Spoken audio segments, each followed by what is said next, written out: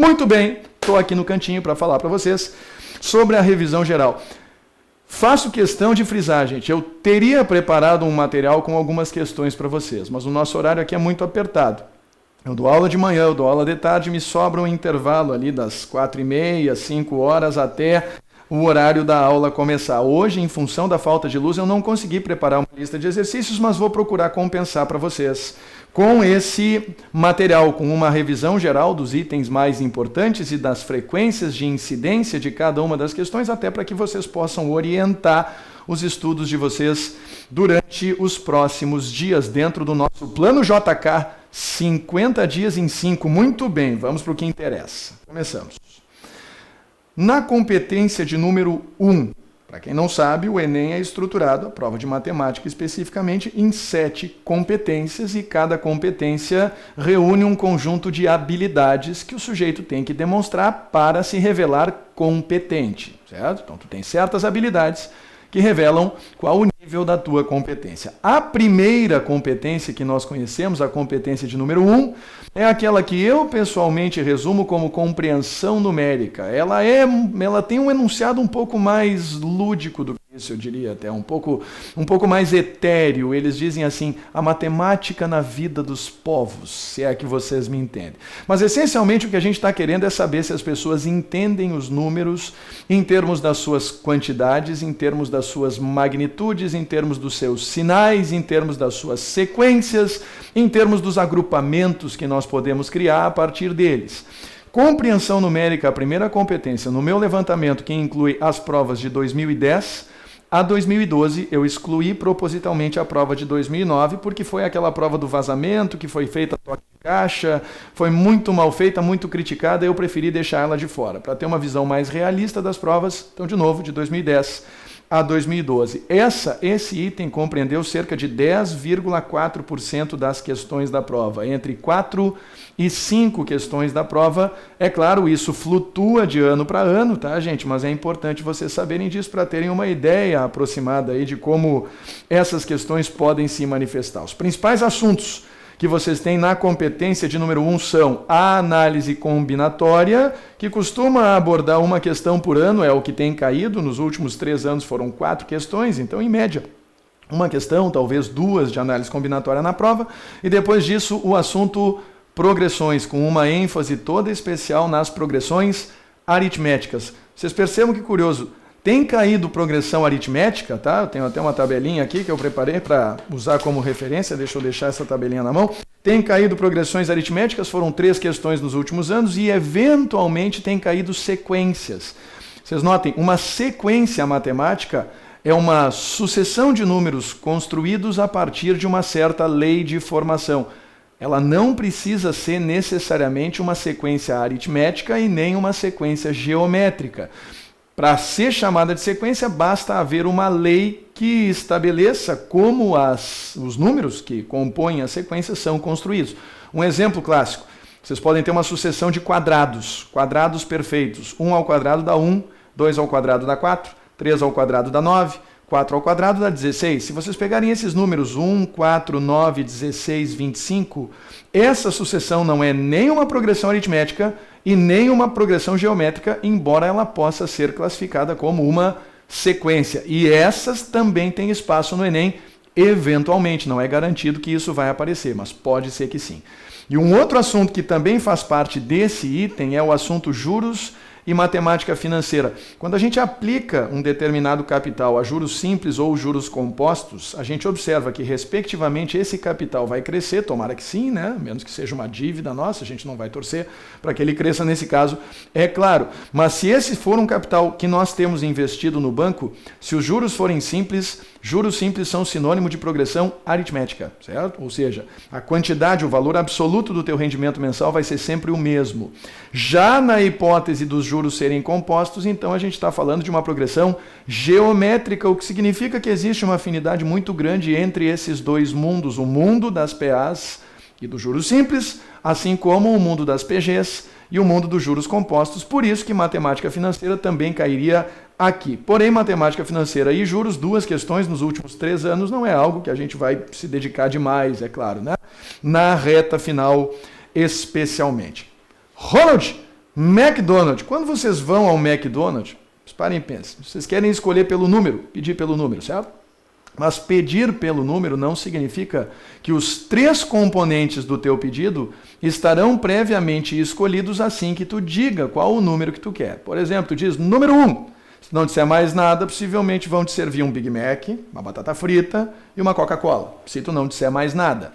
Mas é bastante provável que ao pedir o número 1, a atendente ou o atendente te diga, mas o senhor deseja beber o quê? Mas o senhor deseja o quê como acompanhamento? Faz sentido. Nós temos 3 elementos para escolher. O primeiro elemento que nós escolheremos vai ser o sanduíche. E o sanduíche, normalmente, nós vamos escolher pelo número. Número 1, número 2, número 3, vai ter o cardápio lá com os sanduíches associados ao seu número específico. Em seguida, nós vamos escolher o acompanhamento. E mais tarde, nós vamos escolher a bebida. Vocês observem que esse processo de escolha é um processo de 3 etapas bem definidas. A escolha do sanduíche, a escolha do acompanhamento e a escolha da bebida. Vamos assumir que não é temporada de Copa do Mundo nem de Olimpíada, que o Mac Argentina, o Mac Zâmbia, o Mac Tunísia e o Mac Austrália não estão disponíveis no cardápio e que nós temos, portanto, os sanduíches convencionais do McDonald's. Nós podemos estimar cerca de 10 sanduíches. Aqueles de vocês que frequentam vão dizer que são mais, bem mais ou menos. Não sei, eu não sou especialista nessa área, mas nós podemos assumir um número em torno disso. Acompanhamentos, os tradicionais, para quem frequenta o McDonald's são a batata frita, os nuggets e a salada. 3, portanto, possibilidades de acompanhamento. Agora, se a gente for pensar bebida, brother, pensa bem.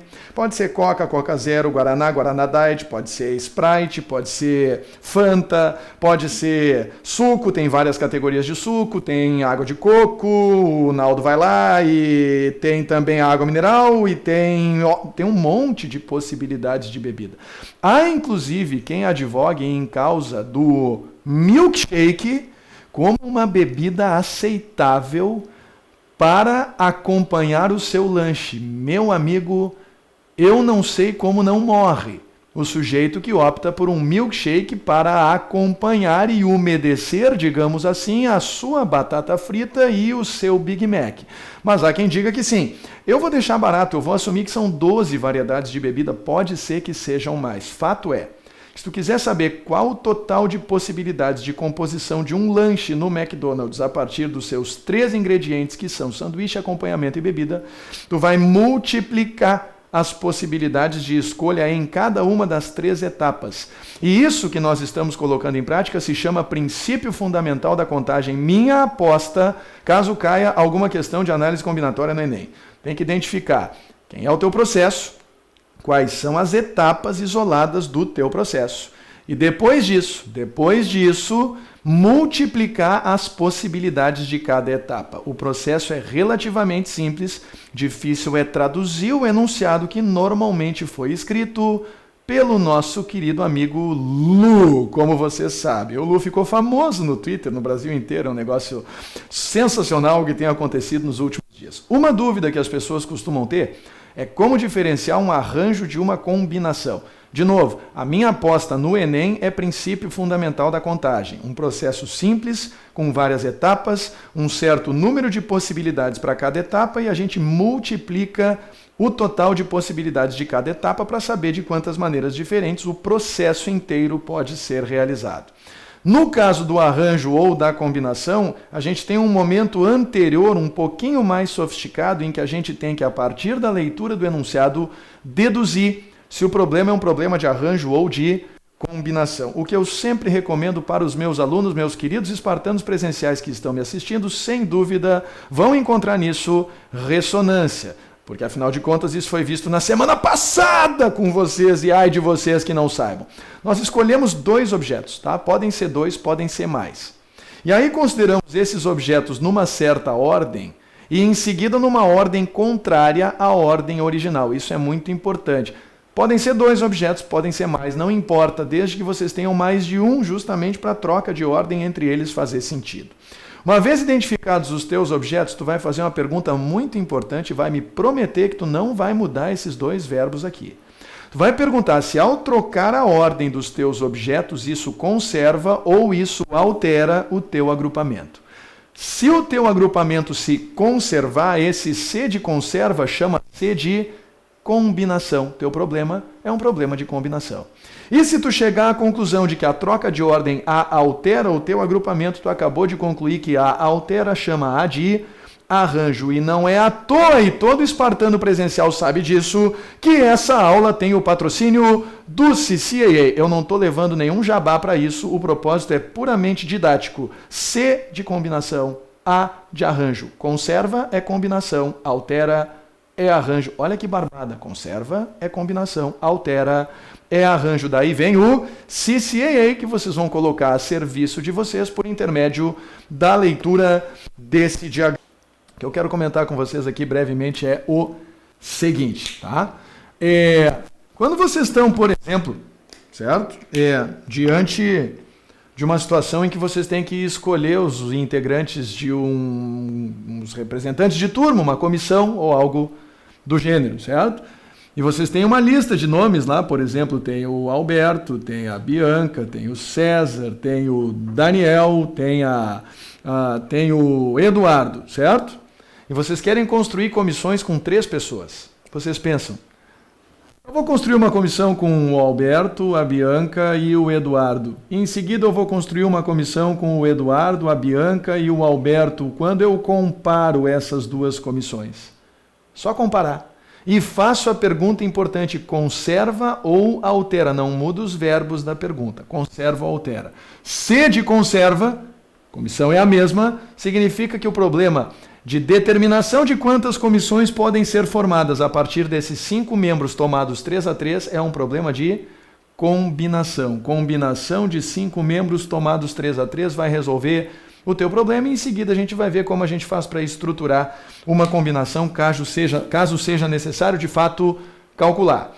Agora pensa comigo, e se tu tiver eventualmente levando em consideração que essas pessoas estão disputando uma corrida, e como resultado dessa corrida, você chega à conclusão de que numa primeira bateria a Bianca chegou em primeiro lugar, o Daniel em segundo e o Eduardo em terceiro.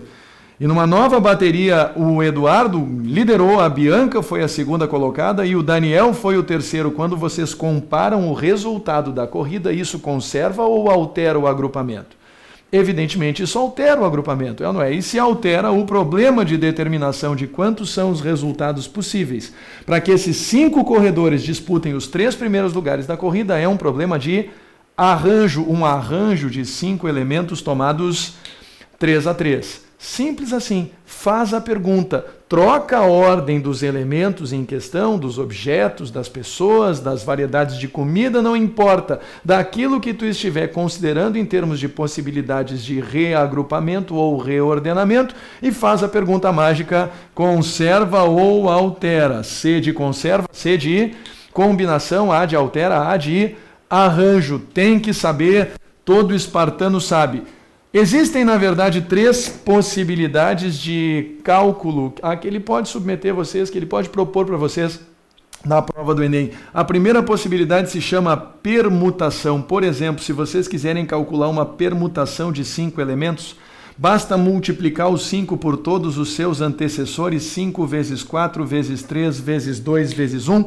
Permutar elementos significa simplesmente saber de quantas maneiras nós podemos reordenar todos eles. Nota bem, todos eles. Quando a ideia for só reordenar um conjunto de objetos, use uma permutação. 5, 4, 3, 2, 1 é uma estrutura familiar para muitos de vocês, pode ser abreviada como 5 fatorial. Vocês têm que P5, portanto, é igual a 5, 4, 3, 2, 1, ou ainda fatorial de 5. E toda vez que vocês precisarem expandir uma permutação, lembrem que permutação e fatorial são sinônimos. Se vocês quiserem um arranjo, por exemplo, de 8 objetos tomados 4-4, arranjo de 8, 4-4, sabe o que tu faz? Tu expande o fatorial de 8 até chegar no 4º elemento. 8 vezes 7 vezes 6 vezes 5. Repare, interrompe aqui.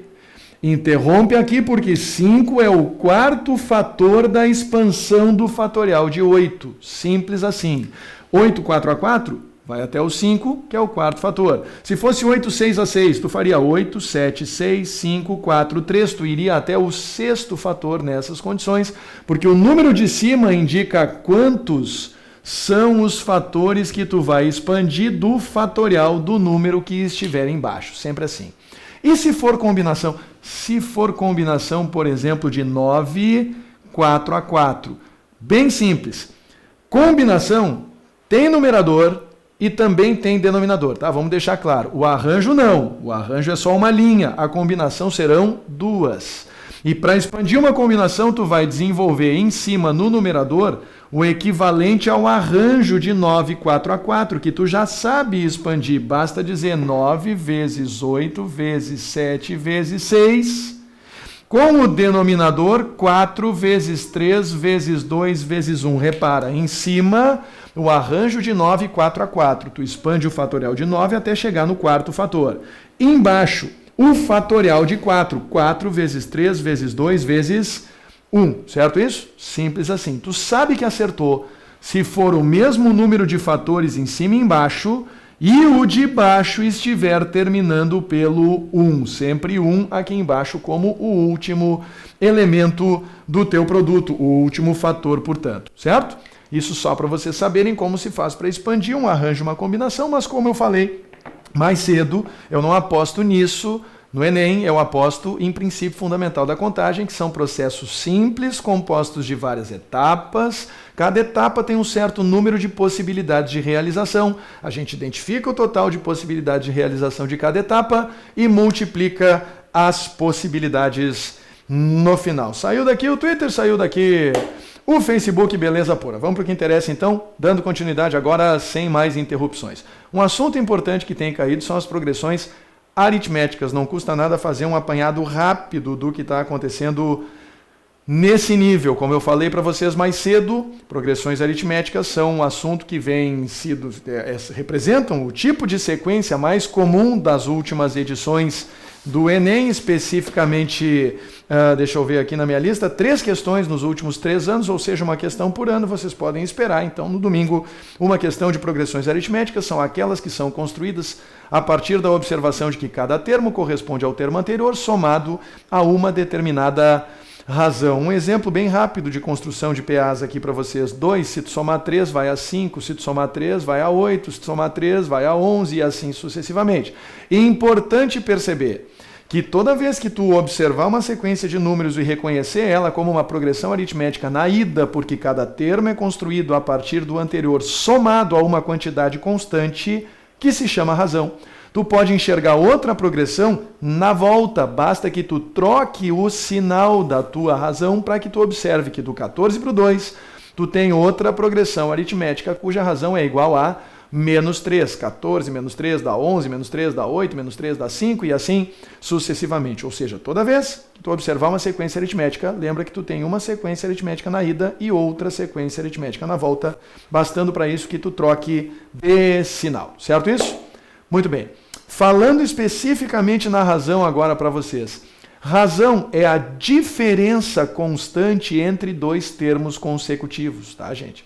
Se vocês quiserem determinar qualquer termo de uma progressão aritmética, vocês podem, desde que vocês conheçam o termo anterior e também o valor da razão. Por exemplo, para determinar o segundo termo a partir do primeiro termo, a gente soma uma razão.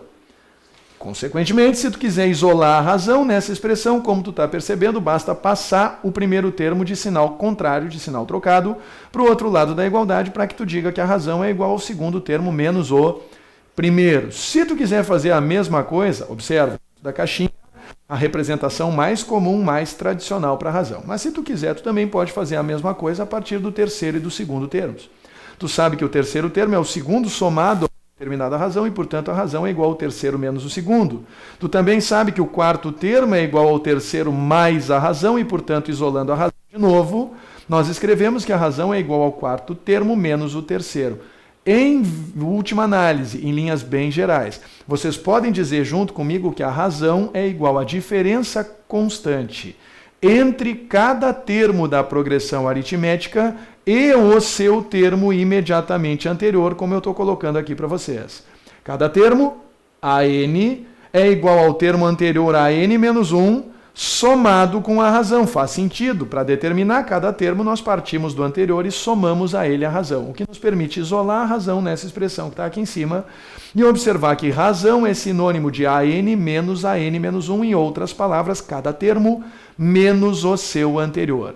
No exemplo que eu compartilhei com vocês agora há pouco, eu falei numa progressão aritmética cujos termos eram 2, 5, 8, 11 e 14.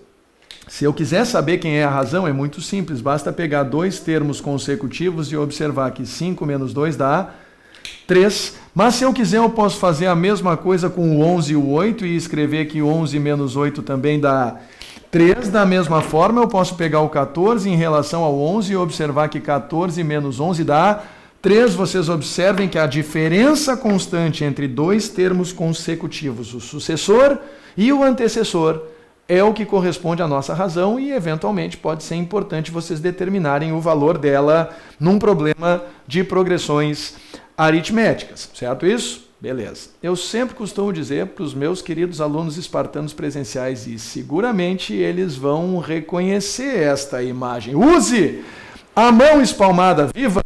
O nosso ex-presidente, cada dedo representa um termo. O primeiro, o segundo, o terceiro e o quarto termos da tua progressão, portanto, representados na palma da tua mão. Cada fresta entre eles representa uma razão. E é importante observar essa figura para lembrar que o número de razões, atenção, espartanos presenciais em especial, o número de razões que separam dois termos é sempre uma unidade menor que o número de termos da tua sucessão.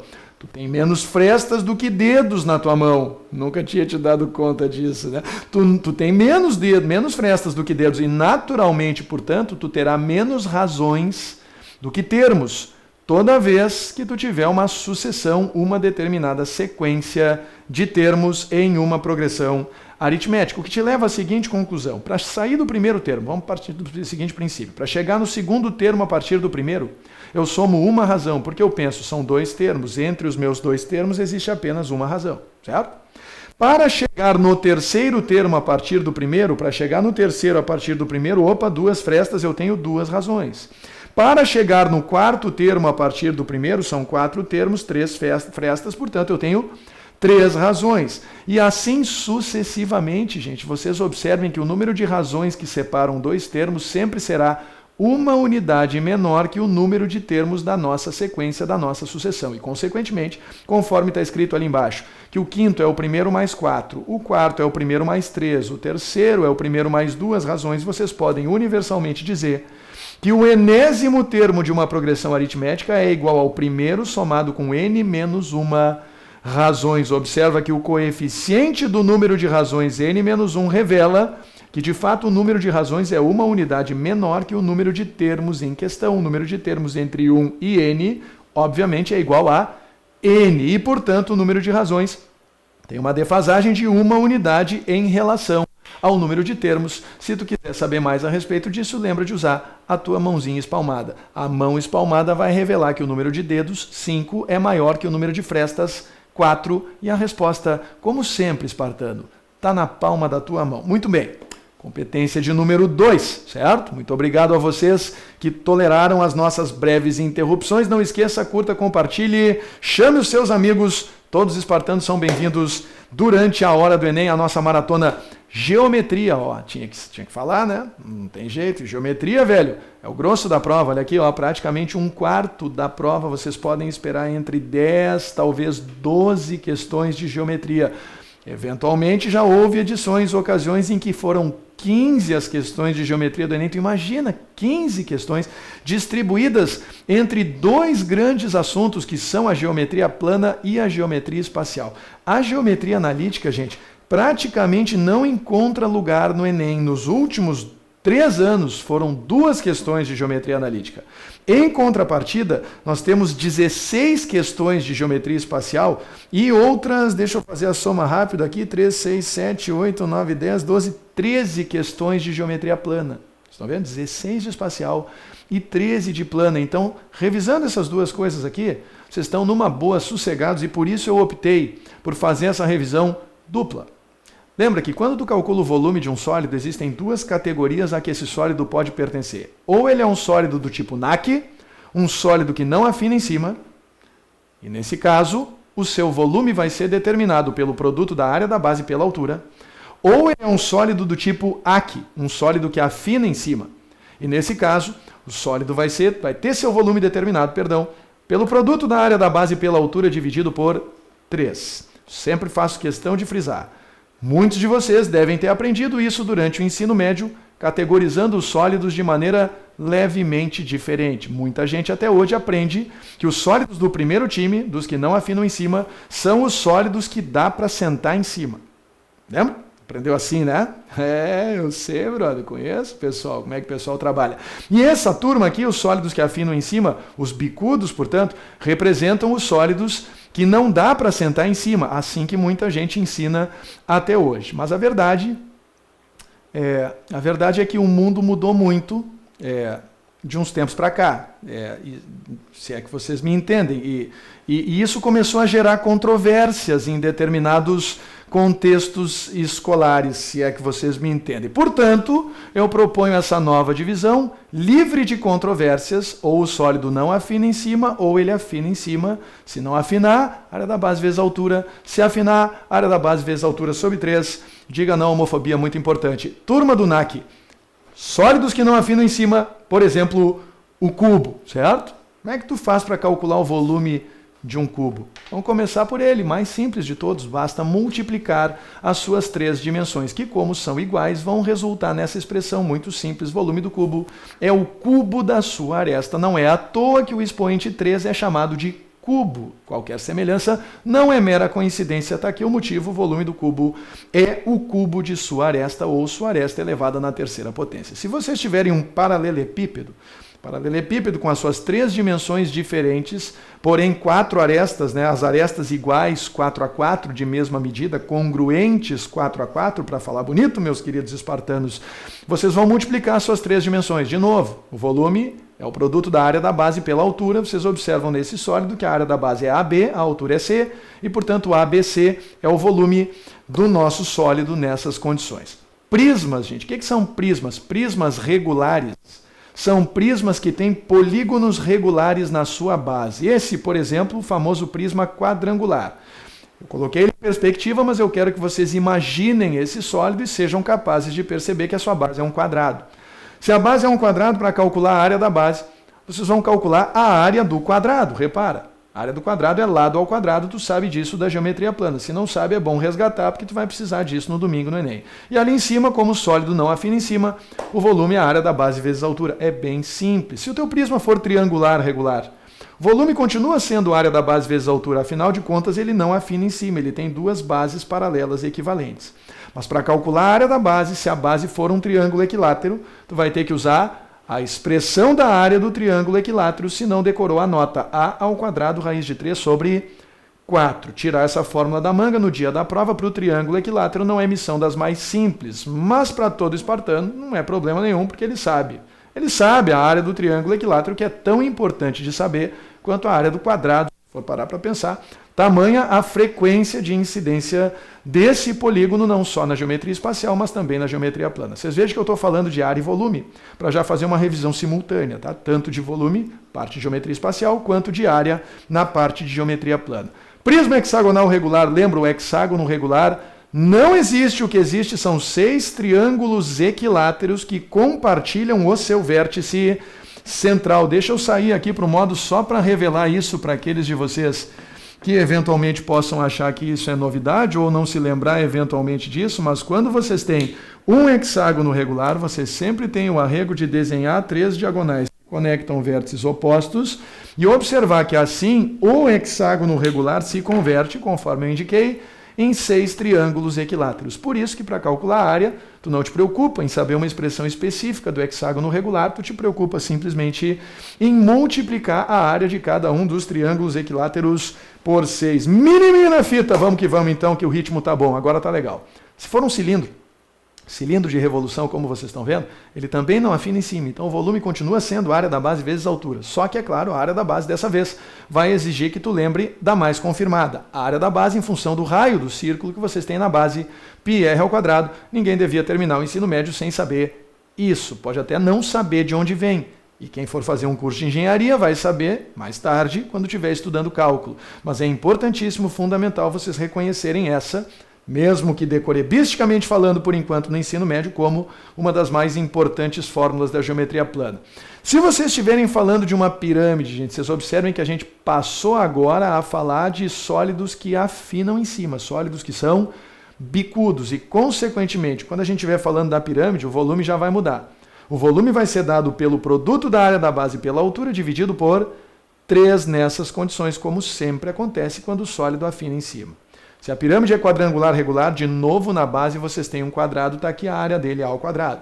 Se a pirâmide for triangular regular e ao invés de um quadrado, vocês tiverem um triângulo equilátero na base dessa vez, o volume vai ser dado por área da base vezes altura sobre 3. Vocês vejam, é sempre a mesma coisa, só que a área da base, de novo, volta a ser a área do triângulo equilátero que a gente acabou de discutir. E vocês podem também, eventualmente, esbarrar numa pirâmide hexagonal regular, na base um hexágono. O hexágono não existe, são 6 triângulos equiláteros e, portanto, a área da base 6A ao quadrado, raiz de 3 sobre 4, certo? Isso em síntese para os principais sólidos que podem aparecer na prova de vocês. Estão faltando 2. O primeiro deles, o cone, muito importante conhecer, assim como vocês têm o cilindro, que não afina em cima, vocês têm o cone bicudo, certo? Como ele é bicudo, área da base vezes a altura sobre 3. Na base, de novo, vocês têm um círculo de raio R e, portanto, a área πr ao quadrado. E agora, muito importante, 2 expressões que podem fazer falta para vocês, assim como eles podem te dar de bandeja, não tem como a gente prever o futuro.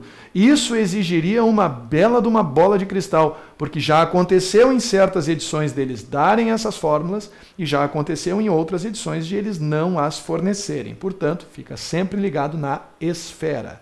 O que tu tem que saber sobre a esfera são 2 coisas. Primeiro, a área da superfície esférica, que não é planificável, e vocês estudam isso na geografia, revelando inclusive a dificuldade que nós temos de planificação e que exige que a gente use projeções tangenciais, cilíndricas, na hora de fazer uma representação, por exemplo, do globo terrestre. A área da superfície esférica é dada por 4 vezes πr ao quadrado, como vocês estão vendo aqui embaixo, 4πr ao quadrado. Eu já aproveito e me antecipei, não sabia que ele vinha antes, não me lembrava na real. O volume está aqui em cima, 4πr ao cubo sobre 3. Essas são 2 determinações que eu pessoalmente recomendo muito fortemente que todo espartano saiba no domingo à tarde.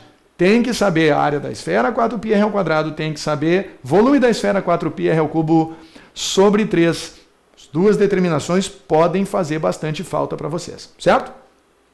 Muito bem, eis que seguimos com a competência de número 3, certo, gente? Competência de número 3, deixa eu dar uma atualizada aqui só para garantir que estamos em sintonia, acho que sim. Competência de número 3, grandezas. É interessante, gente, o Enem segmenta. Ele tem uma competência chamada grandezas e a outra competência chamada variação de grandezas, certo? Isso são 2 competências que correm em paralelo nessas condições. E é importante que vocês conheçam ambas, certo? Quando ele falar só de grandezas, ele está falando de cerca de 7, 7,5%, 8% das questões da prova. Isso dá em torno de 4 questões, 3, talvez 4. Ou seja, não é um assunto lá dos mais importantes, mas eu não quero que vocês sejam pegos de surpresa. Portanto, é importante que vocês saibam que os assuntos que costumam ser cobrados aqui são a conversão de unidades e, mais tarde, os problemas de escala, certo? Conversão de unidades não é um assunto que eu vou discutir aqui agora, vocês podem visitar o canal do mateetc.tv no YouTube, tá certo? Não custa nada colocar aqui para vocês, vamos voltar no YouTube, youtube.com/mateetc.tv, para observar uma aula, para assistir a uma aula melhor inteira sobre conversão de unidades, tá? Uma aula curta, todas as aulas que eu coloco nesse canal específico são aulas bem curtas. Então aproveita, visita, assina, procura a aula de escalas, vocês vão encontrar numa boa rapidinho. Aqui no pré-prova eu optei por falar de escalas. E escalas especificamente exigem que a gente conheça antes disso o conceito de razão entre 2 números. Vocês podem ter o primeiro número, que é o numerador, o segundo número, que é o denominador. Toda vez que vocês dividirem um número por outro, vocês estarão diante de uma razão. E se essa razão estiver sendo realizada a partir de 2 grandezas, existem 2 possibilidades. Ou essas grandezas têm a mesma natureza e quando vocês dividem uma pela outra, a razão entre as duas vai revelar um número sem unidade, porque as unidades vão se cancelar e, portanto, 200 gramas dividido por 50 gramas tem resultado igual a 4. Tu pode chegar à conclusão, por exemplo, de que para fazer uma boa pizza de sardinha, tu precisa de 200 gramas de queijo para cada 50 gramas de sardinha e, portanto, a razão entre queijo e sardinha é igual a 4. Tu diria só 4, porque são 4 partes de queijo para uma parte de sardinha, independente da unidade de medida que esteja sendo usada para determinar a massa de ambos os ingredientes. Assim como vocês podem ter grandezas de natureza diferente, por exemplo, se vocês estão determinando a densidade de um sólido, vocês podem chegar à conclusão de que um sólido tem uma massa de 75 gramas para cada 15 centímetros cúbicos de volume, e nesse caso vocês percebam que vocês vão ser capazes de dividir e simplificar o 75 pelo 15, mas não vão conseguir fazer a mesma coisa com a unidade. O que significa que toda vez que vocês realizarem uma razão entre grandezas de naturezas diferentes, o resultado vai ser um número com unidade, conforme está revelado aqui nesse caso para vocês, certo? Isso é muito importante de deixar bem claro nesse instante. Quando vocês falam em escalas, gente, é muito importante vocês levarem em consideração. Quando a gente enxerga num mapa a escala de 1 para 200 mil, por exemplo, esse 1 para 200 mil pode estar se referindo a grandezas lineares de qualquer natureza, desde que seja a mesma dos dois lados da tua igualdade. Ou seja, se tu disser 1 centímetro, do lado direito tu vai dizer 200 mil centímetros.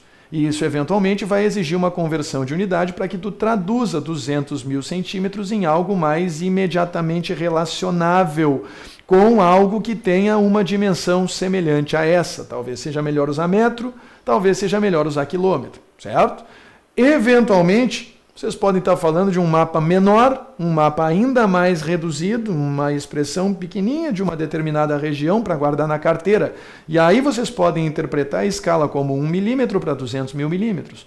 Ou vocês podem até imaginar um mapa um pouco maior que vai usar polegadas, 2,54 centímetros é o tamanho de uma polegada. E se vocês estiverem falando nessas condições, então 1 polegada no mapa vai representar 200 mil polegadas na vida real. Sempre muito importante levar isso em consideração, tá, gente? Que a escala não é dada com unidade para que tu escolha a unidade linear, a unidade de comprimento mais apropriada para o emprego dessa escala propriamente dita, certo isso? Quando tu estiver traduzindo, muito importante, uma escala de linear para superficial, para volumétrica, procura lembrar do 1, 2, 3, centímetro, centímetro quadrado, centímetro cúbico, quilômetro, quilômetro quadrado, quilômetro cúbico, 1, 2, 3. Porque se tu tiver uma escala linear representada a partir de uma razão entre duas grandezas de mesma natureza, a escala superficial correspondente irá pegar a tua grandeza linear e elevar ela ao quadrado. Assim como a tua grandeza, a tua escala volumétrica nas mesmas condições vai elevar a tua grandeza linear ao cubo. Muito importante. Se a escala de um objeto, por exemplo, é de 1 para 4 quando medido linearmente, essa escala vai ser de 1 para 16 se essa mesma escala for traduzida para termos superficiais, e vai ser de 1 para 64 se for traduzida para uma escala volumétrica, certo? Isso é muito importante de vocês saberem, converter escalas não só em termos de unidades de medida, mas também mais importante em termos de tradução de uma escala linear para superficial para volumétrica e vice-versa, caso isso seja solicitado a vocês. Mas de uma coisa vocês podem ter certeza, vai ter problema de escala na prova do Enem nesse final de semana, quanto a isso não resta nenhuma dúvida, certo? Muito bem. Falando de variação de grandezas agora na competência 4, vocês lembram que na última eu falei em 7,4% e agora o bicho pega, porque se tu somar os 7,4% com esses 20, tu vai ver que entre grandezas e variação de grandezas, que são duas competências muito próximas, nós temos 27,5% das questões do Enem, ou seja, nós estamos de novo falando de algo entre 12 e 15 questões. Abordando no item anterior escalas e conversão de unidades e nesse item especificamente porcentagem, proporções e relações entre grandezas. Vocês vejam que aqui tem muito pano para manga. Portanto, vamos respirar fundo e vamos tocar a ficha. O que é uma proporção, gente? Proporção é algo cuja definição é muito simples no mundo da matemática, no mundo das grandezas. É simplesmente uma igualdade entre duas razões. Vocês observem que enquanto vocês estiverem falando de uma única razão, vocês estão na competência 3. Quando vocês falarem na igualdade entre duas razões, ou seja, na relação entre as grandezas, vocês estão falando na competência 4. Grandezas podem ser proporcionais de duas maneiras distintas. Elas podem ser direta ou inversamente proporcionais. Se elas forem diretamente proporcionais, vocês dirão A, diretamente proporcional a B, o símbolo que parece um infinito aberto, certo? Um alfa, ou digamos assim. E vocês podem também dizer que elas são inversamente proporcionais, ou, como eu prefiro dizer, uma é diretamente proporcional ao inverso da outra. Em outras palavras, ou as duas razões são naturalmente iguais, ou para elas se tornarem iguais, tu vai escolher uma delas e inverter, certo? Sempre assim. Ou elas são naturalmente iguais, e nesse caso a proporção é direta, ou para elas se tornarem iguais, uma das duas tu tem que inverter, e nesse caso a proporção é inversa. O que a gente testemunha? Quando a proporção é direta, se uma das grandezas cresce, a outra também cresce. Se uma das grandezas diminui, a outra também diminui. Vocês observem que esse crescimento ou decrescimento eu gosto de registrar, ele tem que se dar em relação ao zero. Nessas condições, o quociente entre duas grandezas diretamente proporcionais será constante. E se vocês pararem para pensar no problema da sardinha e do queijo que eu apresentei para vocês a partir de agora, se vocês sabem que 200 gramas de queijo precisam de 50 gramas de sardinha, então 400 gramas de queijo precisarão de 100 gramas de sardinha e 600 gramas de queijo precisarão de 150 gramas de sardinha. Repara, 200 está para 50, assim como 400 está para 100, assim como 600 está para 150 e assim sucessivamente. A gente observa que a razão entre as duas grandezas, quantidade de queijo, quantidade de sardinha, é constante e, portanto, nessa proposta, queijo e sardinha são grandezas diretamente proporcionais. Agora, à medida em que uma delas aumentar, a outra diminuir, ou então, alternativamente, uma delas diminuir, a outra aumentar. Dessa vez, quem vai ser constante não vai ser o quociente. É muito importante saber isso. Vocês não têm ideia do quanto é importante saber isso para o Enem.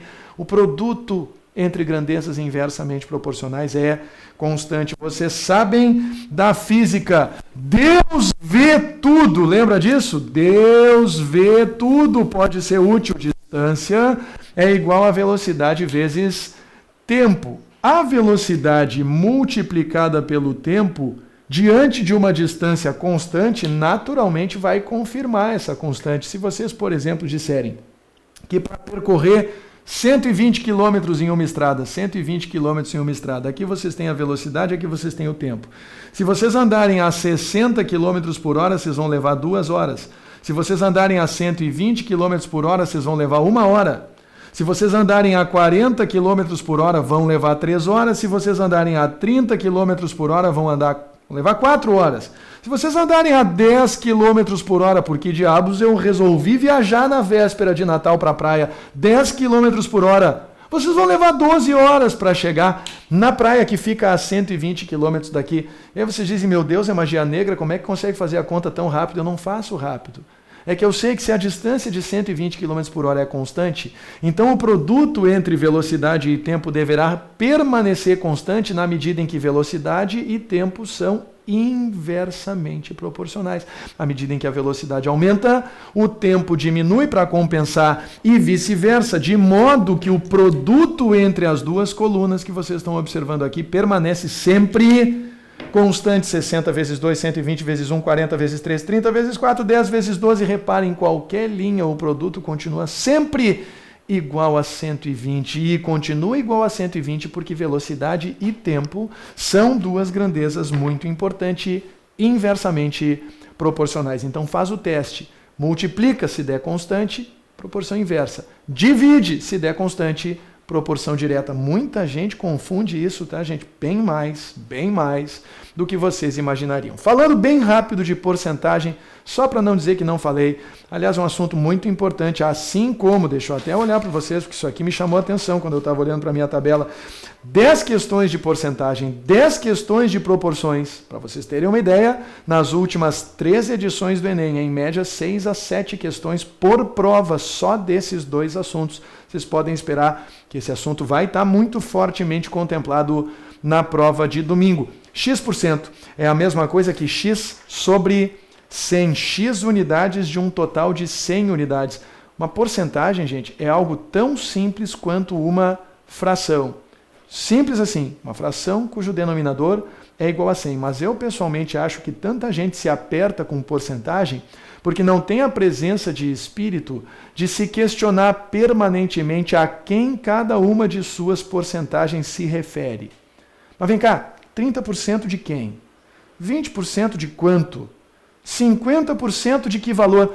Tem que ser um questionador para resolver problema de porcentagem. Não só isso.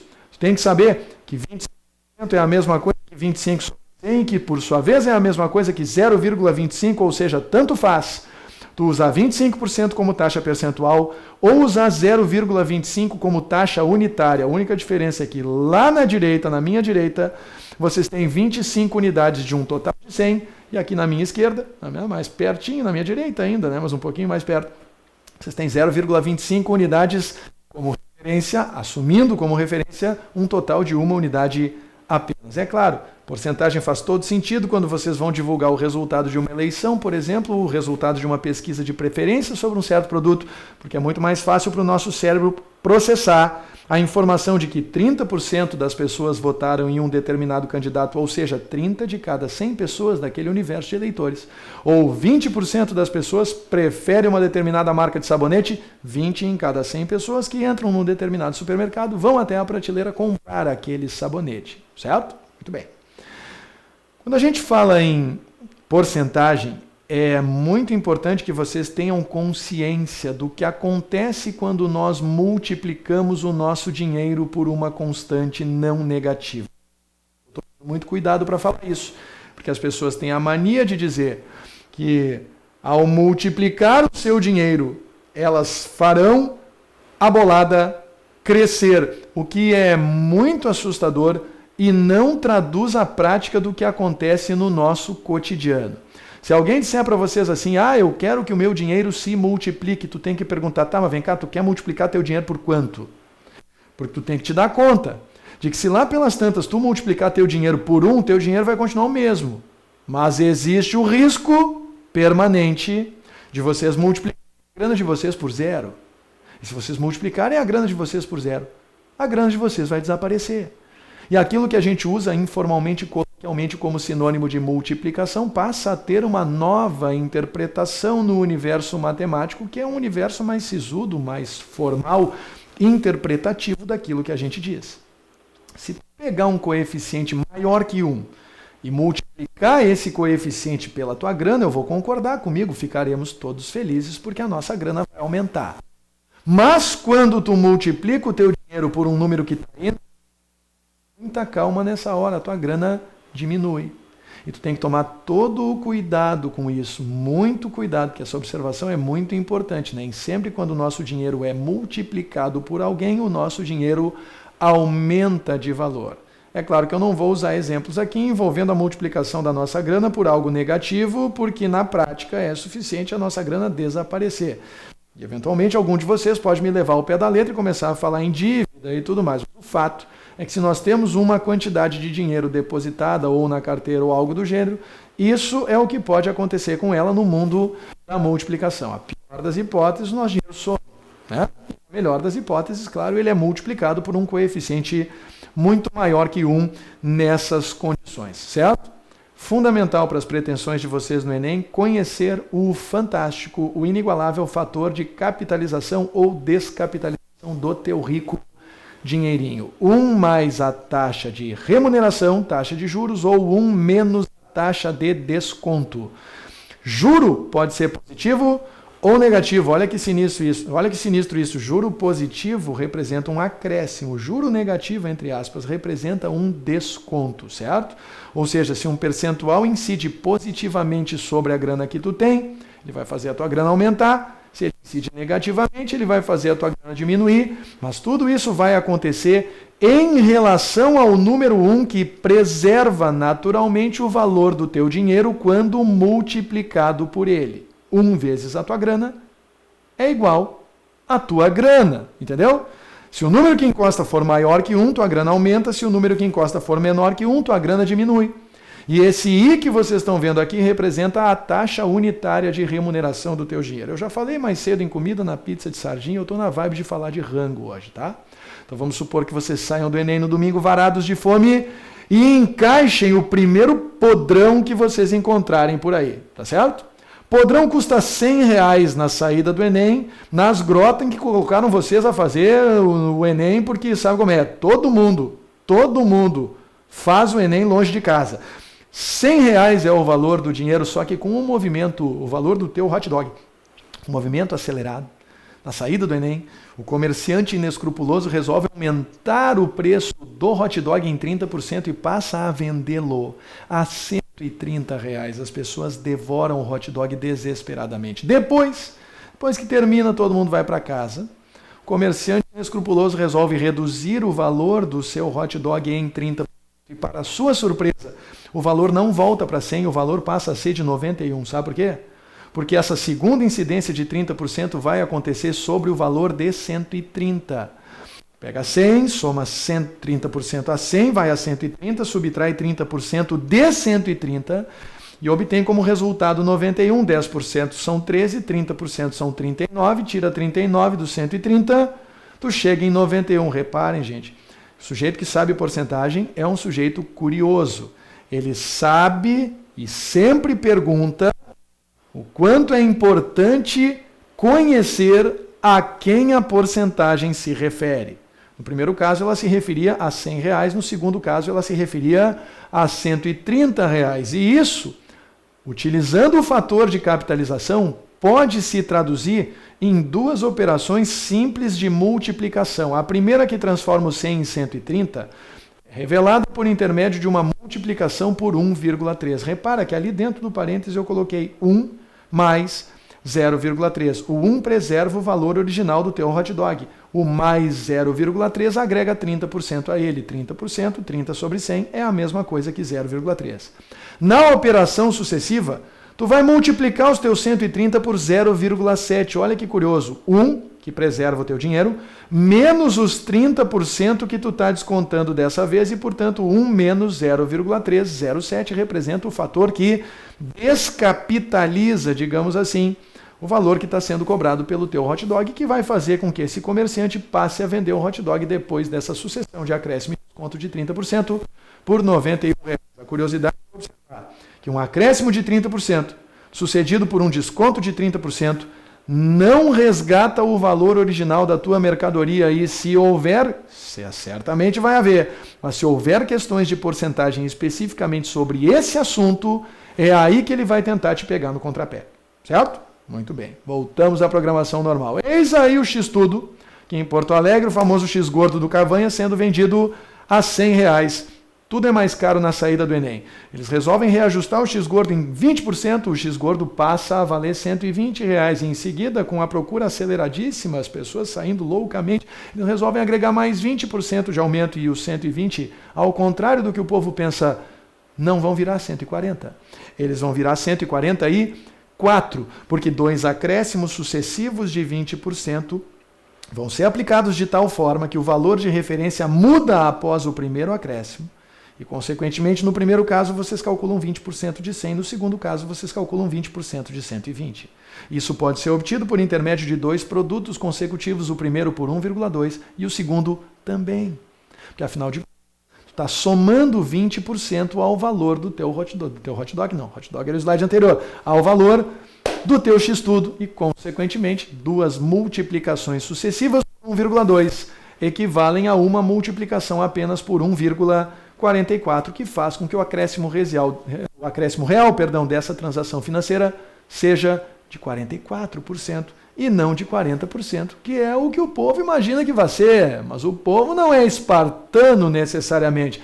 Fatia de pizza de calabresa sendo vendida na saída do Enem por módicos R$100. Mas as pessoas estão indo aos borbotões, enxames de pessoas indo em busca do podrão, indo em busca do hot dog, indo em busca do x-tudo.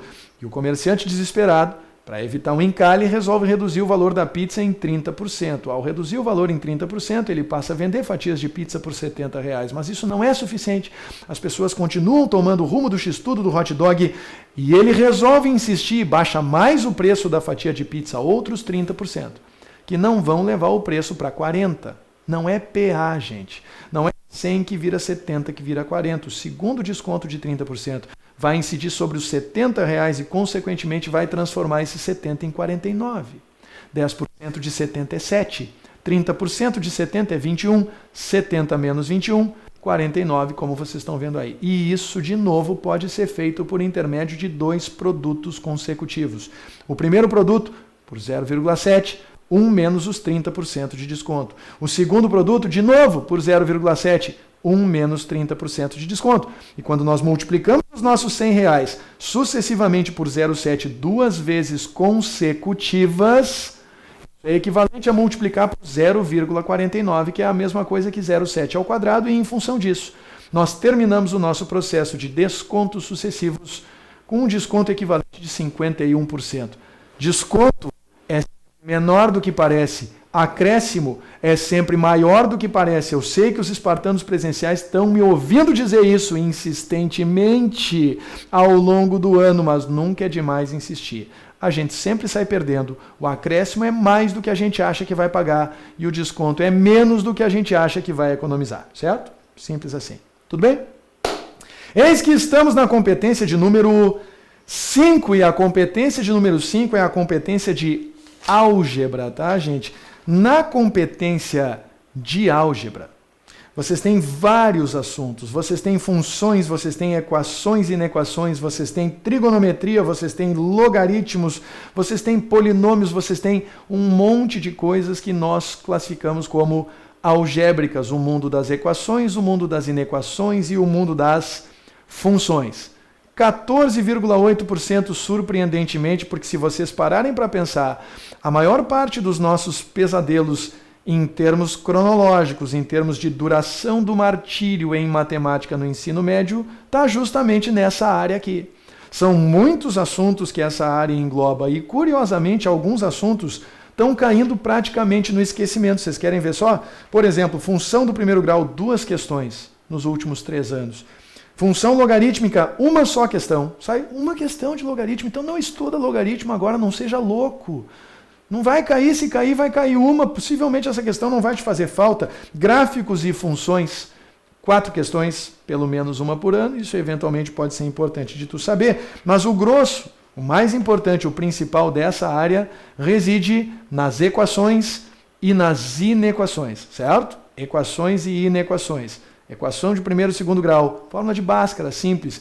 Inequação de primeiro grau, de segundo grau, eventualmente uma inequação produto, que pode estabelecer um vínculo entre o custo de uma mercadoria e a receita gerada por ela, que é quantidade vendida vezes o valor unitário, coisas do gênero no campo da álgebra, tá certo, gente? Então tomem muito cuidado com isso, equações e inequações, e eventualmente gráficos de funções. Notem bem, não é interpretação de dados em gráficos e tabelas, são gráficos de funções, de equações matemáticas que estabelecem um vínculo entre uma variável e outra ou mais variáveis, certo? Se bem que normalmente no ensino médio a gente usa uma variável só.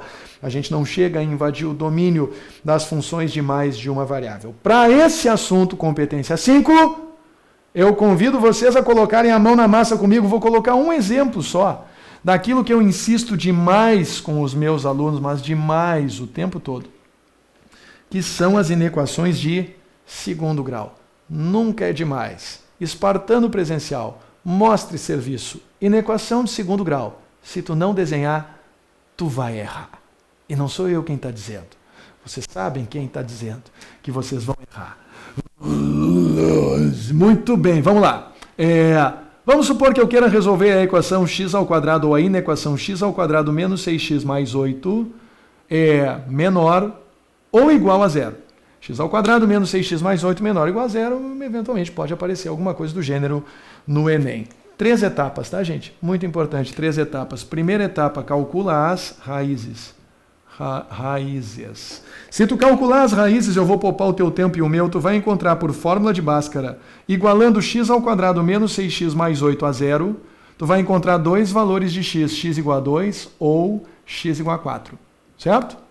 Em seguida, item de número 2, tu vai interpretar rapidamente o sinal do A, o sinal do coeficiente A.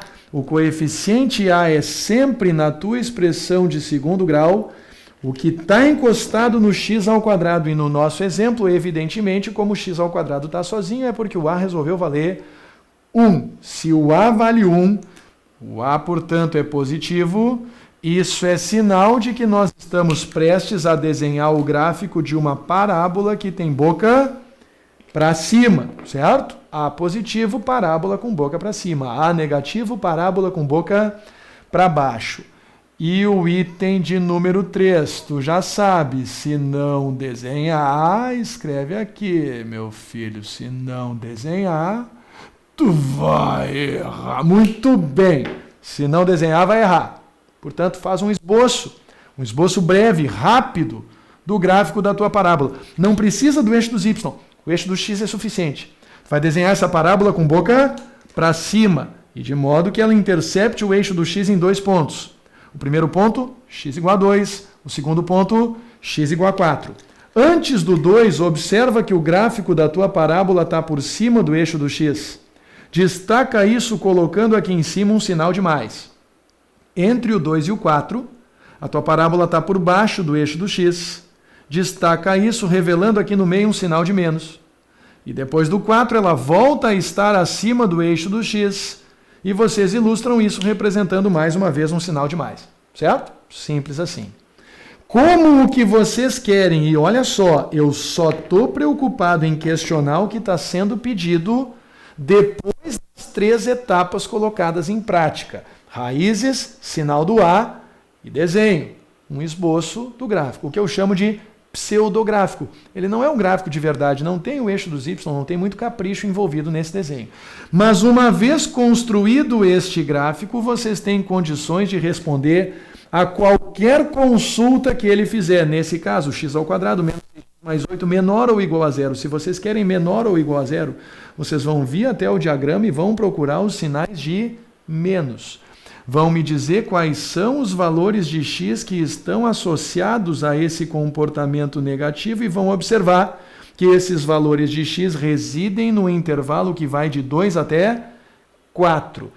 Como vocês estão falando em valores menores ou iguais a 0, não esqueçam. Se fosse só menor, vocês mantinham intervalos abertos no extremo do intervalo que interessa para vocês. Mas como vocês querem menor ou igual a 0, as 2 raízes irão entrar.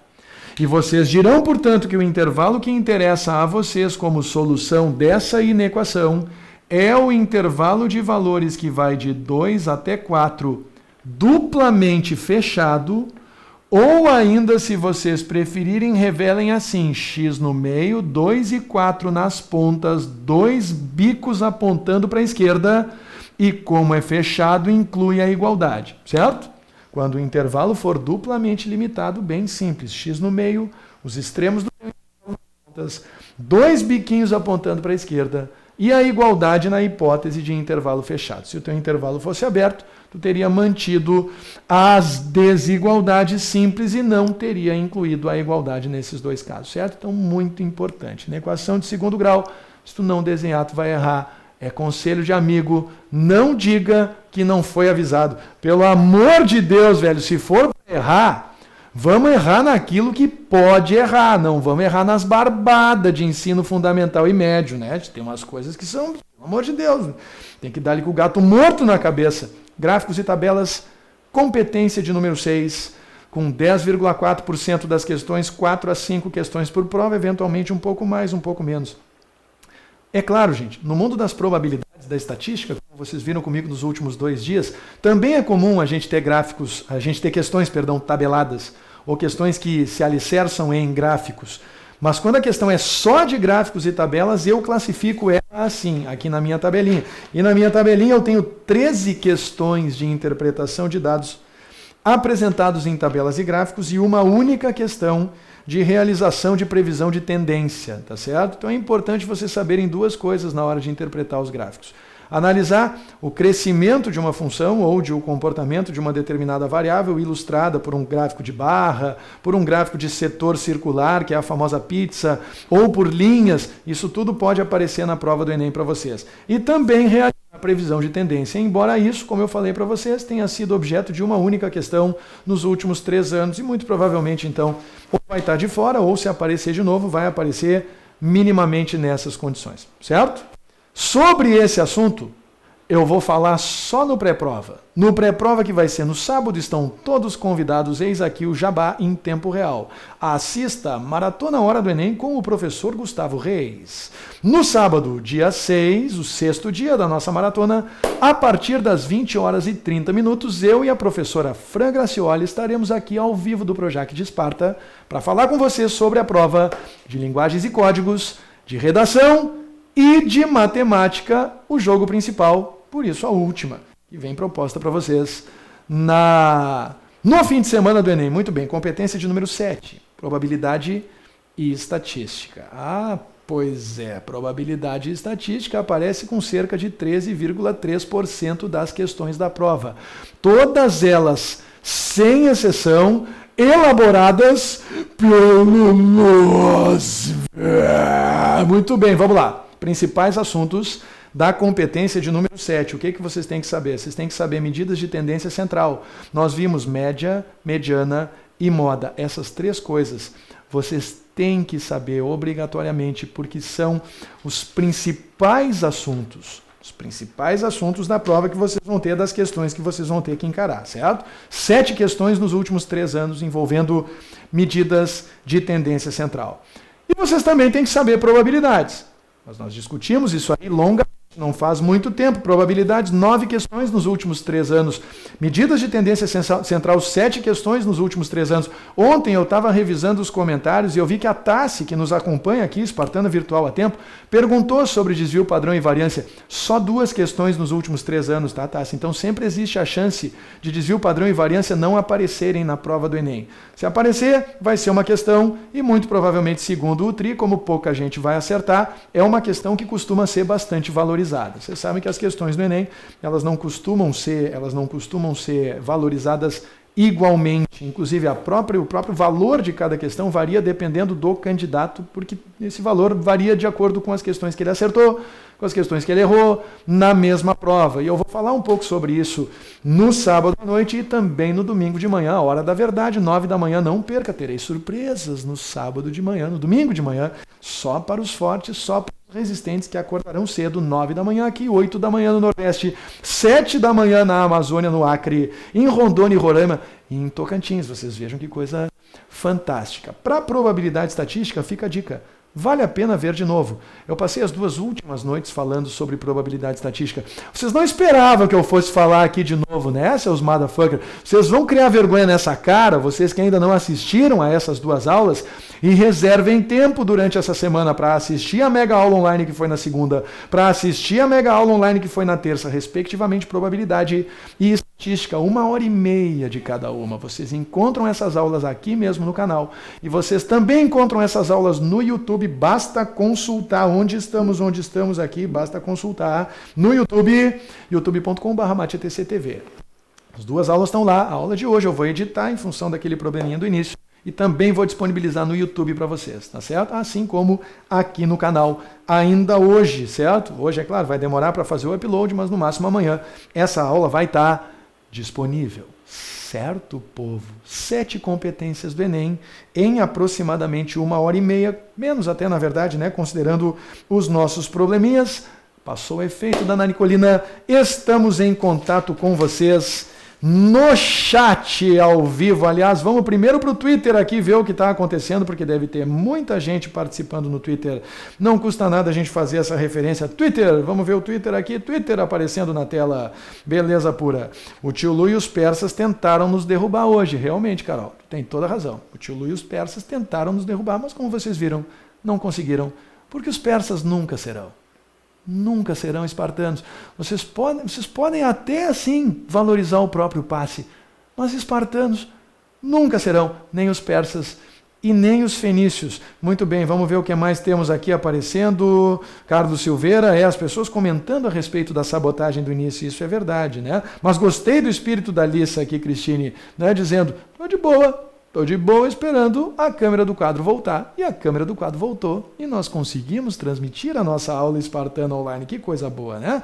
Deixa eu ver uma coisa aqui, o que mais? Os comentários eram esses mesmo, né, gente? Deixa eu ver se tem mais alguém comentando aqui no Twitter em tempo real. Tá aqui dizendo o Vini, esse é o pensamento, Vini. Jamais abandonamos Esparta. Jamais abandonar Esparta é coisa de persa, é coisa de espartano, que acha que foi bem sucedido na sua tentativa de sabotagem, inclusive climática hoje aqui em Porto Alegre, mas não conseguiram e nunca serão. Deixa eu ver o que mais aqui, ó. O Rafael está dizendo que está estudando para o Enem, isso foi antes, né, na verdade, não foi hoje, né, Rafael, que fez esse comentário, mas está estudando para o Enem por causa do Ciências Sem Fronteiras, isso é bacana. Tem bastante gente que assiste as nossas aulas aqui, não porque vai fazer o Enem para entrar na faculdade, mas porque já entrou e quer participar do programa. Todos são bem-vindos. Diz aqui o Twitter do time sem vergonha, olha ali, corintiano, time sem vergonha, dá-lhe Corinthians. Dá-lhe Corinthians, dá-lhe Corinthians, vai meter eles hoje. Tu vê, é difícil para um colorado se revelar corintiano, mas qualquer equipe que joga contra o nosso co-irmão é a minha equipe. Se o co-irmão jogar contra a seleção da Argentina, eu sou argentino, senhor. Eu sou hermano, estou en obelico. Que lindo isso, né? Muito bem, vamos ver o que mais, Salvador, todo estudando para o Enem, diz o Rafael, que beleza. Sejam bem-vindos, meus amigos de Salvador. O que mais nós temos aqui? Deixa eu ver se temos mais alguma coisa.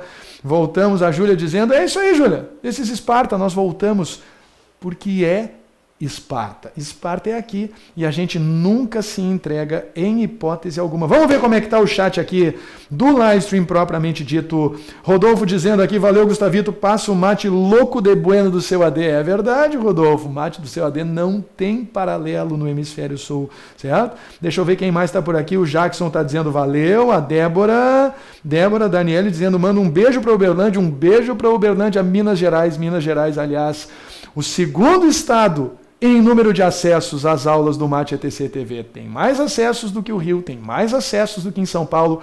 Minas Gerais, meus queridos amigos de Minas, todos bem-vindos ao Projac de Esparta. Vamos ver o que mais. Vai ter algo para a URGS? Sim, Rafael, vai ter algo para a URGS. Rodrigo, na verdade, está me perguntando aqui. Rodrigo Maia, vai ter programação para a URGS, tá certo? Uma semana de programação, assim como nós fizemos aqui para o Enem. Nós teremos para a URGS também, portanto, espartanos de Porto Alegre, espartanos do Rio Grande do Sul, Santa Catarina, Paraná. Fiquem tranquilos, estaremos de volta quando vocês menos esperarem. E é claro que nesse meio tempo haverá algumas aulas, como a gente sempre transmite, vocês que agora estão cadastrados no canal, porque tiveram a dignidade de clicar aqui no botão verde Follow, vocês estão vendo? Não precisa se cadastrar, é só usar o login do Facebook, para que vocês fiquem informados a respeito do que acontece aqui em Esparta. Vocês que tiveram essa dignidade se manterão muito bem informados aqui a respeito das atividades ao vivo do Projac de Esparta. Olha a Carol Lewandowski ali, secadora, dizendo a recíproca é verdadeira, dá-lhe Atlético Paranaense. Nada disso, estamos indo para o Paraná hoje para rolar uma surpresinha. Olha aqui, ó, mas nada contra os meus amigos do Paraná, muito pelo contrário, todo mundo gente amiga. Um abraço para Alagoas, quem foi que pediu um abraço para Alagoas, não me lembro quem, a Osama dizendo Roraima, muito bem, já se comunicou, Boa Vista em Roraima. A Osana nos assistindo, nos prestigiando, o Anderson Araújo de Porto de Galinhas. Ô Anderson, tu tá de sacanagem, né, Anderson? Sujeito dizer para nós que tá em Porto de Galinhas, depois de um dia como hoje, aqui em Porto Alegre, é uma tremenda de uma sacanagem. Tudo que eu mais queria era estar fazendo um mergulhinho em Porto de Galinhas, meus amigos, que beleza. Olha só, um beijo para Itabatã, na Bahia. Meu Deus do céu, cara, Eu confesso, eu não fazia a menor ideia. Elvis Freitas, meu primo Freitas, ainda. Olha aí, prima Pietra. Encontramos mais um, que beleza, que espetáculo, tá certo? Só vou pedir uma gentileza para os amigos, tá? Tem gente que repete muito as coisas. O Elvis, inclusive, estava desesperado, esperando que eu mandasse um alô para Itabatã. Já mandei, tá, Elvis? Mas, por favor, mandem uma mensagem só. Não copiem e colhem as mensagens, senão é absolutamente impossível de ler. Já é difícil de ler normalmente. Imagina nessas condições, né? É uma loucura, tá certo? Deixa eu ver quem mais está dizendo aqui. O Ailton Honorato, é isso mesmo? Manda um abraço para Alagoas, Ailton. Tá aí, um grande abraço para Alagoas, povo de Maceió, sempre nos prestigiando. Isso é realmente muito bacana. Helena Freitas, mais uma parente. Olha os Freitas aparecendo aí. Eu sou Gustavo Freitas Reis. Para quem não sabe, Freitas, o sobrenome que eu herdei da minha mãezinha, minha querida mãezinha, que deve estar me prestigiando agora. Aliás, um beijo, mãezinha, um grande beijo. Prepara um ranguinho para mim aí, porque eu tô com muita fome. Um abraço para Alfenas, como sempre, já é tradição, todas as noites eu tenho que mandar um abraço para Alfenas. Amanda Ferreira, do Rio de Janeiro, continua lindo. Um grande abraço. Olha ali o Rodrigo Rezende, em Itabi, Sergipe. Pessoal de Tocantins, é isso aí mesmo, cara. Que beleza, Rodrigo Martins, olha aí, de Tocantins está com a gente. É Palmas, Rodrigão? Não sei se é Marabá, no Pará, Picos, no Piauí. Que loucura, cara. Tem que ter um abraço para o Rio Grande do Sul, porque também um abraço do tamanho do Rio Grande para todos os meus conterrâneos. É o início da dominação nacional, invasão gaúcha espartana, do sul rumo ao norte. Temos um plano, meus amigos, temos um plano, meus conterrâneos, que espetáculo. Um abraço para Fortaleza, por que não, Larissa? Fortaleza, no Ceará, que maravilha, nos prestigiando, também uma multidão em Esparta. Vocês viram? Nós estávamos batendo em 1000 pessoas e eu acho que os persas desconectaram a minha câmera para que isso não acontecesse hoje. Mas não tem problema, porque não aconteceu hoje. Vai acontecer na sexta, vai acontecer no sábado. Nós vamos passar voando por cima das 1000 pessoas assistindo a aula e quebraremos todos os recordes de Esparta. Para vocês que ainda não sabem, o recorde espartano é de 1127 pessoas assistindo a aula online, certo? 1127. Foi durante uma hora da URGS no ano passado. Pré-prova URGS agora em janeiro. Não foi ano passado, janeiro desse ano, certo? Nós estamos prestes a estraçalhar esse recorde. Mas para isso, eu preciso contar com a ajuda de vocês. Vocês precisam ser ativos na hora de divulgar. Não é só compartilhar, twittar, curtir. Vocês têm que pegar o link da aula e colocar no mural do amigo. Se vocês fizerem isso, nós explodiremos a boca do balão no sábado, na sexta, no domingo de manhã e, por que não, até quando eu estiver fazendo aquele meu fla-fluzinho da vitória, no domingo de noite, e abrir as transmissões diretamente da sacada, churrasqueira, cervejinha, para bater um papo com vocês, é claro, só com os espartanos de fé, os meus faixas, os heróis da resistência, que estão aqui bravamente comigo até as 22 horas e 24 minutos pontualmente em Esparta, apesar dos contratempos, como vocês viram. O curso também tem um Twitter, vocês vão anotando as redes sociais por aí, tá certo? Daiane Oliveira pedindo um abraço para Salvador e para a galera da Federal da Bahia. Muito bem, tá aí o abraço. João Lucas Araújo, Foz do Iguaçu, no Paraná. Que beleza, hein, João? Bonito isso aí, bonito demais. Eu já tive por aí, mas faz bastante tempo, não me lembro. Sayonara Dantas, em Natal, no Rio Grande do Norte, terra do João Mesquita, o maior professor de matemática do Nordeste, que deve estar me assistindo também. O seu AD deve ter gostado dessa vaselinada que eu mandei bem agora para o amigo João Mesquita e a sua filha Renata Mesquita, que certamente está me assistindo, embora eu não tenha visto nenhuma manifestação dela por aqui. Juliana Nunes dizendo horários de sábado e domingo. Juliana, se tu visitar o canal Mate ATC TV, se tu clicar aqui no botão, né, no ícone preto, no ícone do canal, pertinho do botão follow, que já não deve mais estar ali porque tu já deve ter seguido o canal. Se tu clicar e visitar o canal, tu vai ver todas as aulas e todos os horários. Nos upcoming events, ele aparece em inglês, né? A gente não tem como traduzir para português. Mas nos upcoming events, que são os eventos que vêm a seguir, vocês têm os horários de todas as aulas. Mas para simplificar, todos os dias às 8h30 da noite, e no domingo às 9 da manhã, certo? Todo dia, 8h30 da noite. Hoje, amanhã, sexta, sábado, e no domingo às 9 da manhã e às 8h30 da noite. 2 horários, tá certo? Domingo de manhã, hora da verdade, domingo de noite, o pós-prova e a avaliação do nosso resultado. Certo isso? Deixa eu ver quem mais. Tá aqui, a alegria que se tem em pensar e aprender faz-nos pensar e aprender ainda mais, diz o Aristóteles. Obrigado, professor, vindo da Gisele, ou a Gisele, na verdade. Muito obrigado, Gisele. Que poético isso. Manda um abraço, como sempre, para os alunos do Paulo Vicente. Olha ali, ó. Alunos do Paulo Vicente, é isso mesmo? Vulgo eu, Tiago Belo. Mande um grande abraço para o professor Paulo Vicente. Tenente Coronel Espartano em Salvador. Tem uma camiseta igual a essa. Se ele não levou para mostrar para vocês ainda, peçam a ele que vá dar aula com a camiseta espartana. Vocês se surpreenderão. Ele tem uma. É um negócio muito importante. Deixa eu ver o que mais aqui. Nós temos... Um abraço para Novo Hamburgo, o pessoal tinha me pedido um abraço para Rio Grande, um abraço para Santa Maria, para Caxias, um abraço para São Leopoldo, que se manifesta aqui também eventualmente, Pelotas tem um monte de gente que assiste, lá na fronteira tem Bagé, lá na fronteira tem Uruguaiana, tem Dom Pedrito, Livramento, tem o Alegrete. Um minuto de silêncio em homenagem ao baita chão alegretense, que já forneceu mais alunos do que Esparta jamais imaginou. Todos no arrasto da Mariana Gomes, isso é muito importante. Deixa eu ver quem mais. Carlos Silveira vai ter aula para Santa Maria? Não, Carlos, aí não dá. Aí eu peço desculpas, mas não tem como, porque o meu horário realmente não permite. Vitória dizendo, tem como disponibilizar os exercícios de hoje? Vitória, até teria, mas não teve exercício, né? Muito bem. Manda um alô pro Espírito Santo, tá aí o alô do Espírito Santo, não sei se é Vitória, se é Guarapari, onde é que fica, mas tá aí o alô pro Espírito Santo, não tem problema nenhum, tá certo? Pessoas dizendo que querem camiseta, pessoal de Juí, curtindo, meu amigo Nestor de Juí, né? Aqui presente, não é o Nestor que está aqui online, mas nós temos grandes amigos de Juí, aliás, a erva mate oficial Seiva Pura é de Ijuí, erva mate oficial espartana, seu AD usa Seiva Pura. Muito bem, esse foi o jabá da Seiva Pura. É bom vocês mostrarem essas coisas para eles, para ver se eles nos dão a grana, rapaz. Porque eu falo no CCAA, eu falo na Seiva Pura, eu falo na Unicinos, que é onde eu faço meu mestrado. E ó, o din-din não entra, rapaz. Manda um abraço para Bauru, São Paulo, Gaúcho. Em São Paulo tá aí a Brenda, em Bauru, Espírito Santo, Vila Velha. Que beleza! E a camiseta? E as pessoas perguntando, e a camiseta? Pois é, ainda não lancei hoje. Mas no final de semana vem aí as instruções do concurso cultural espartano de número 2. Sortearemos algumas camisetas para os amigos que nos prestigiam. As camisetas não chegarão, é claro, a tempo para o Enem, mas chegarão muito provavelmente para os vestibulares de verão e eventualmente também para que você possa desfilar elegantemente fardado como um autêntico espartano, certo?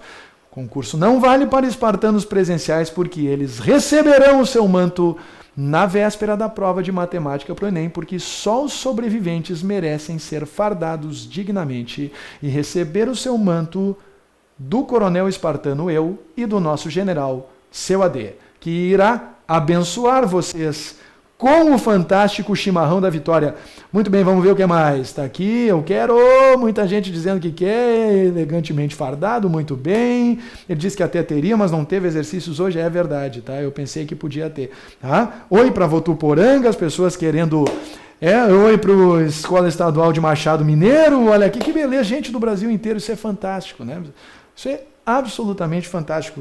A internet é capaz de coisas realmente incríveis e emocionantes, o que seguramente faz com que os meus queridos espartanos presenciais se sintam tão orgulhosos quanto eu. É ou não é?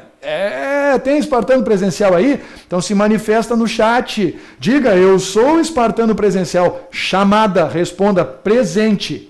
Eu não chamei o nome, mas responda presente se você está presente até agora aqui na nossa aula online. Lívia Vasconcelos dizendo, adorei a aula, muito produtiva, que bom, Lívia, muito obrigado. O Lincoln de Brasília está aqui. O Abner, como faço para se inscrever no concurso? Abner, eu nem lancei as regras do concurso ainda, então fica frio. Até o final da semana tu vai ficar sabendo, está tudo sob controle. Cleuton Silva dizendo, Gustavão de Norte a Sul, que beleza. Deixa eu ver se tem gente do Acre, sempre tem. Está aqui, presente. Muito bem, que maravilha, hein, velho?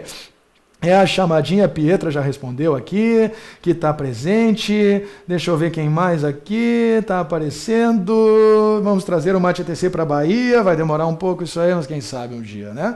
A gente não se espalha por aí. Carol Medina presente. Muito bem, Carol. Uma das minhas principais divulgadoras twitteiras. Esse é o espírito espartano, esse é o pensamento. Aqui comigo, a até o final enquanto eu falo esse monte de bobagem e interajo com os meus queridos alunos espalhados por todo o Brasil. Que espetáculo! É um negócio realmente sensacional. Gente, o recado por hoje era esse. Quem quiser saber mais sobre as nossas atividades, opa, não é o hashtag agora.